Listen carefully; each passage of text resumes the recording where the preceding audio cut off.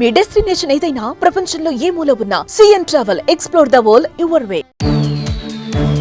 అమెరికాలో మరో తెలుగు విద్యార్థి మృతి. హైదరాబాద్లోని ఉప్పల్ వాసిగా గుర్తింపు.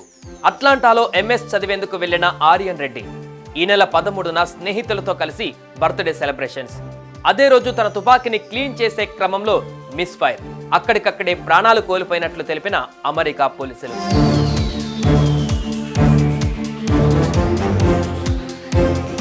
ఉప్పల్ కళ్యాణ్పురికి చెందిన ఆర్యన్ రెడ్డి అమెరికాలోని జార్జియా స్టేట్ అట్లాంటా నగరంలో కెన్నెసా స్టేట్ యూనివర్సిటీలో ఎంఎస్ సెకండ్ ఇయర్ చదువుతున్నాడు. ఈ నెల 13న ఆర్యన్ బర్త్డే. దీంతో స్నేహితులతో కలిసి పుట్టినరోజు వేడుకలను ఘనంగా జరుపుకున్నాడు. అయితే అదే రోజు బర్త్డే సెలబ్రేషన్స్ ముగిసిన తర్వాత తన వద్ద ఉన్న తుపాకీని శుభ్రం చేసే క్రమంలో అది మిస్ఫైర్ అయి ఆర్యన్ ప్రాణాలు కోల్పోయాడని యుఎస్ పోలీసులు తెలిపారు. ఈ ఘటనతో మృతుడి స్వస్థలం ధర్మపురిలో విషాదం అలుముకుంది. ఆర్యన్ తల్లిదండ్రులు కన్నీరు మున్నీరుగా విలపిస్తున్నారు.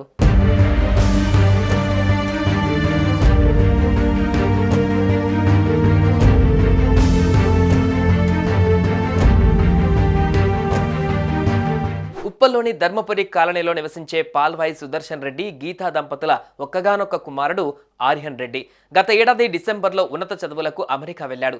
పుట్టినరోజు వేడుకల తర్వాత ఆర్యన్ ఉండే గది నుంచి తుపాకీ శబ్దం వచ్చింది. స్నేహితులు వెళ్లి చూసేసరికి అతడి ప్రాణం పోయింది.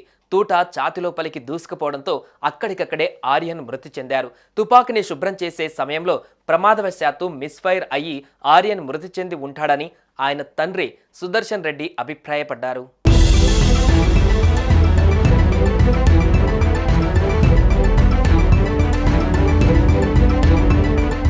దేశ సేవ అంటే ఆర్యన్ చాలా ఆసక్తి చూపేవాడని తండ్రి సుదర్శన్ రెడ్డి తెలిపారు. ఆర్మీలో చేరతానంటే తామే వద్దని వారించామన్నారు. అమెరికాలో ఉన్న గన్ కల్చరే తమ కుమారుడిని పొట్టన పెట్టుకుందని ఆవేదన వ్యక్తం చేశారు. అక్కడ విద్యార్థులకు కూడా గన్ లైసెన్సులు ఇస్తారనే విషయం ఇప్పుడే తెలిసిందన్నారు. ఆర్యన్ రెడ్డి ఈ ఏడాది ఆగస్టులోనే హంటింగ్ గన్ కు లైసెన్స్ తీసుకున్నారు. ఇందుకోసం ఓ పరీక్ష కూడా రాశారని తెలిపారు. ఆర్యన్ రెడ్డి మరణ వార్తతో ధర్మపురి కాలనీలో విషాద ఛాయలు అలుముకున్నాయి.